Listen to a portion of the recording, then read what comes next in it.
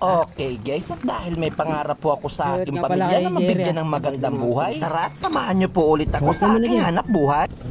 Napapagod na rin ako, but I keep going.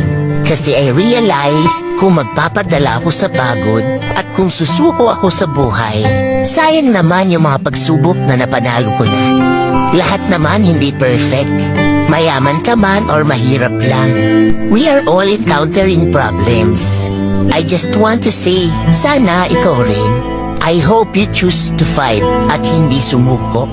There are better days coming.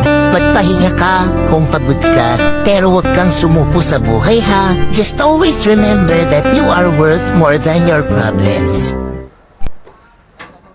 Katulad mo, malaki din ang pangarap ko. Mahirap man sumabay sa agos ng mundo. Magpapatuloy ako.